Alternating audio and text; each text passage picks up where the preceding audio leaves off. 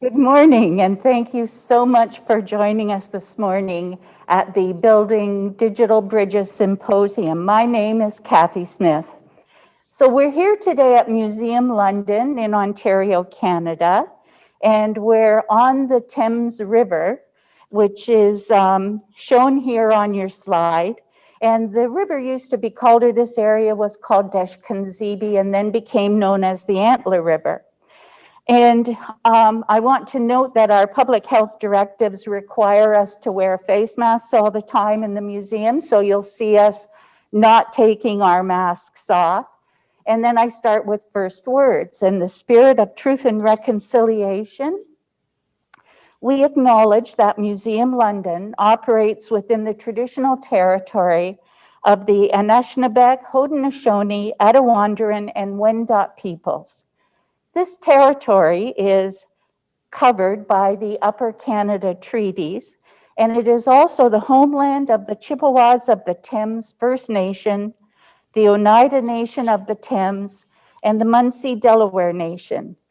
We also recognize the contributions of Métis, Inuit, and other Indigenous peoples in our community, the province, and Canada-wide. We have welcoming words this morning from Mr. Brian Meehan, who is the Executive Director of Museum London, and he would like to welcome you to our symposium as well.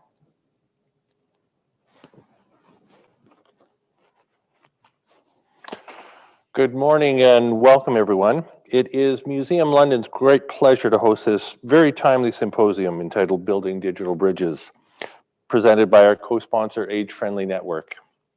The concept of creative aging and connecting with London's seniors population is very important to the museum and what we want to accomplish as a cultural resource for the community. And now more than ever, given the rising concerns about social isolation and depression for older adults, and how arts and culture can combat these conditions.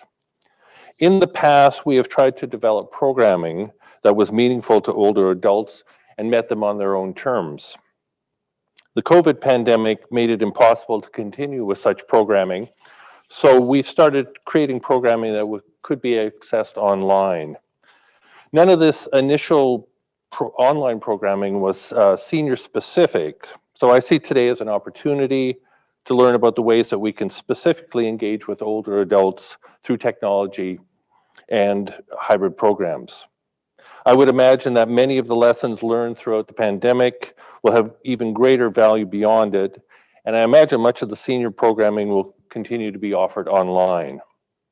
I want to congratulate Kathy Smith on bringing together what looks to be a great day of sessions, both today and tomorrow. And beyond these discussions about how we deliver seniors programming, we're always interested in hearing from you about what kinds of programming you'd like to see at the museum. So please feel free to contact me with any ideas you might have. So thanks for tuning in today, and I hope you enjoy the symposium.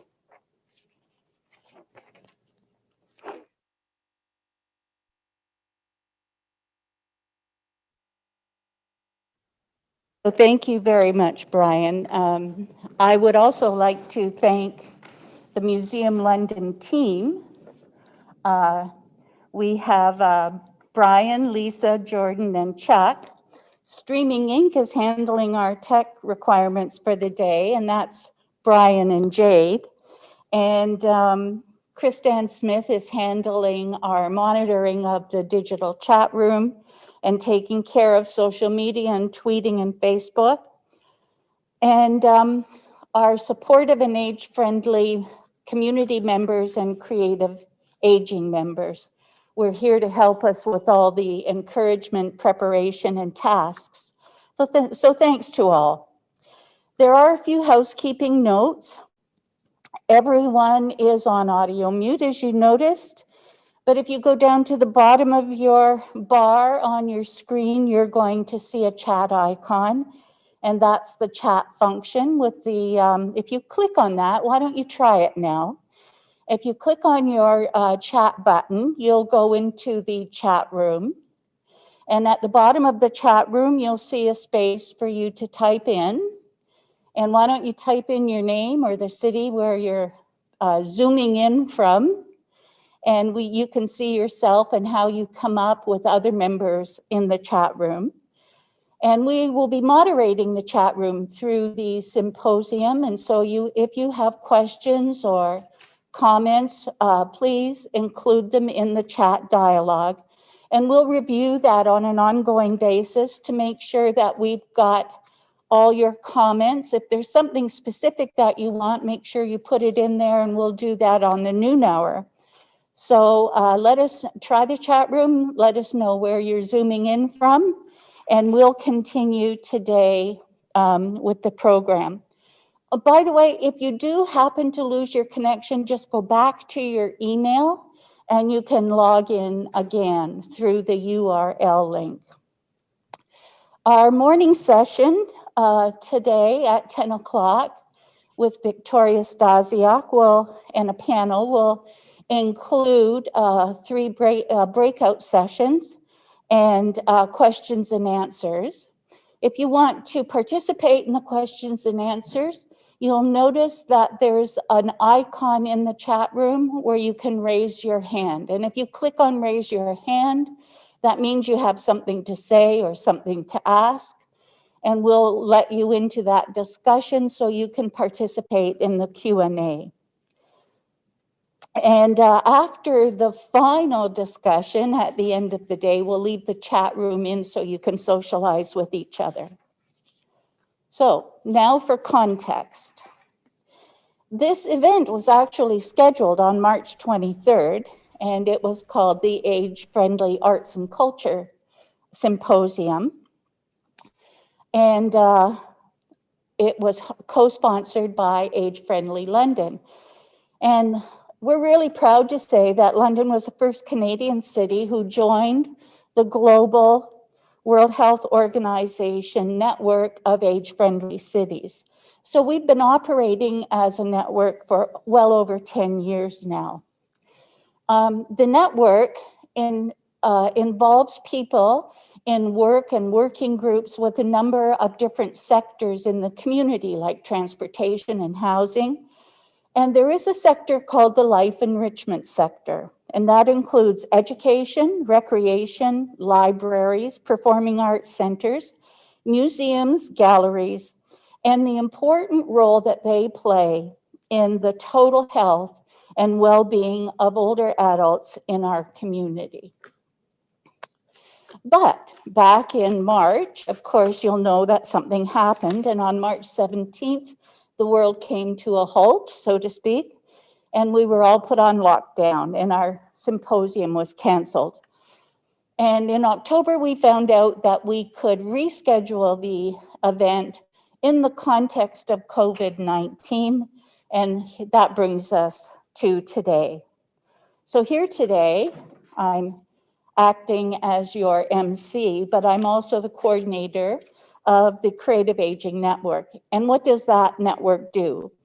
We work with municipalities, organizations, and groups all around the province to secure resources. We help with funding and sponsorships so we can deliver creative aging programs. But everyone says, what is a creative aging program?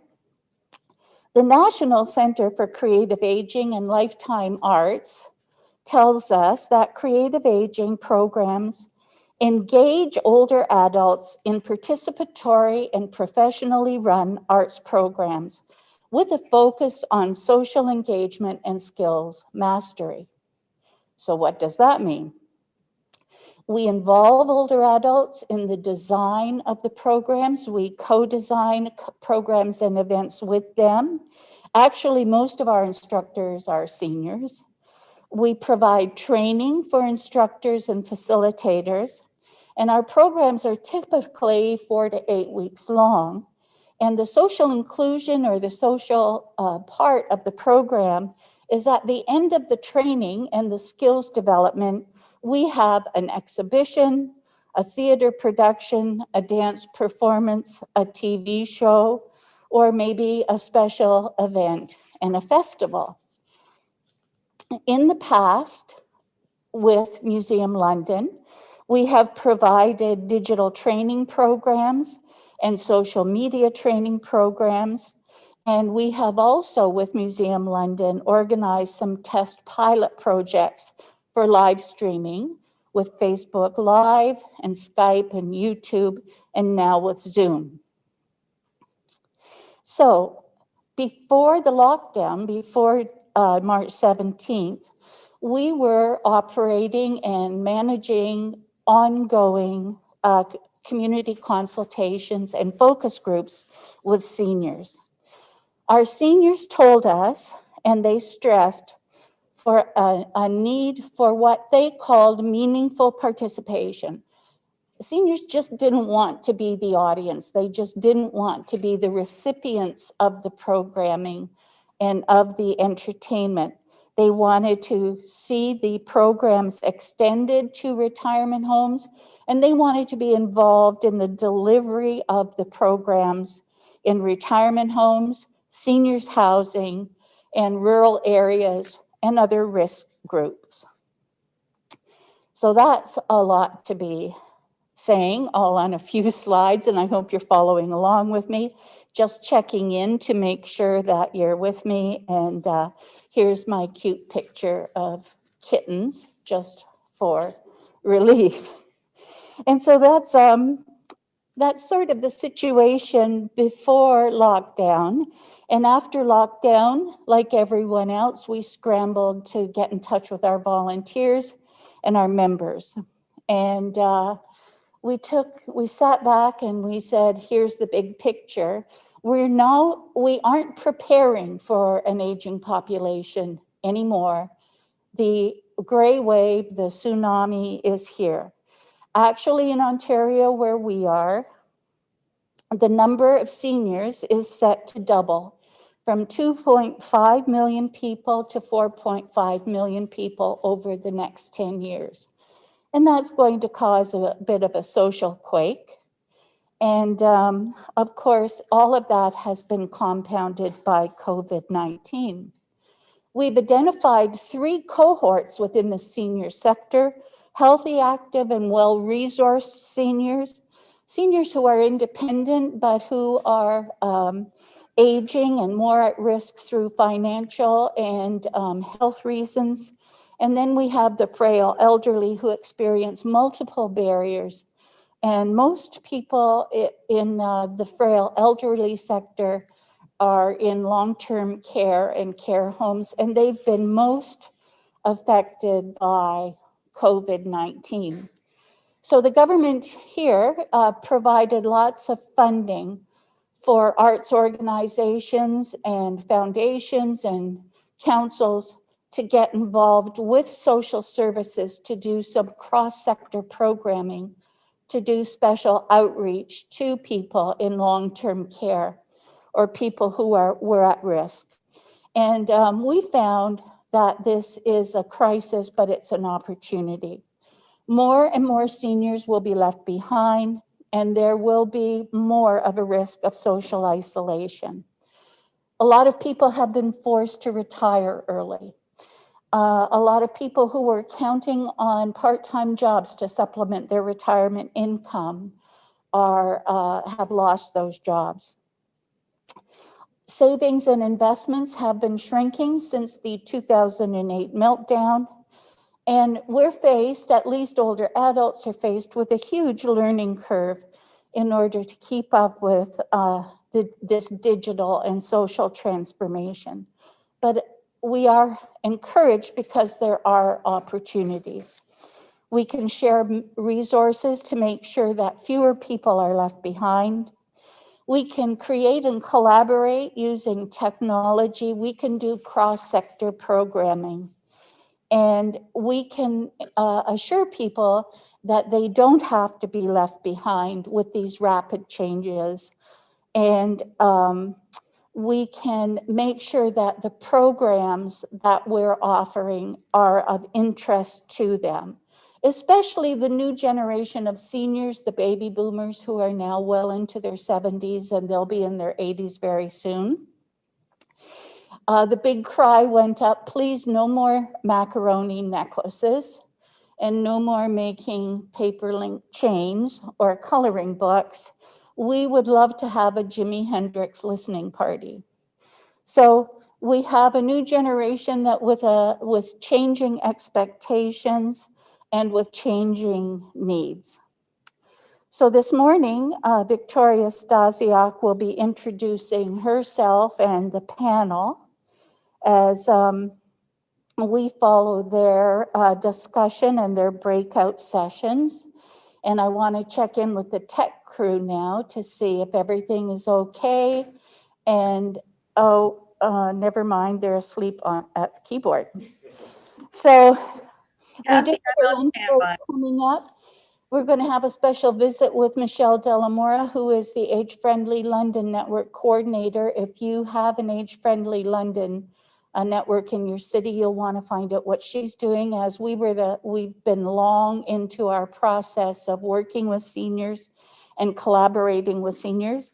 Dana Lawrence is going to be here. That's going to be a fun chat with her. She's bringing some information about reminiscent social groups. So seniors have a lot of stories to tell. They're the keeper of stories. They're the keepers of the community spirit. And we've started a reminiscent social group online, a Facebook page, now with 30,000 members.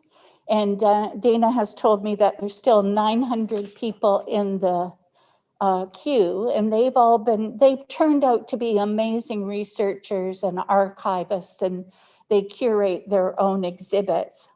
Rana El-Khadi and the direct message research team will be here this afternoon, and they'll be sharing some really interesting information about doing community-based research with seniors.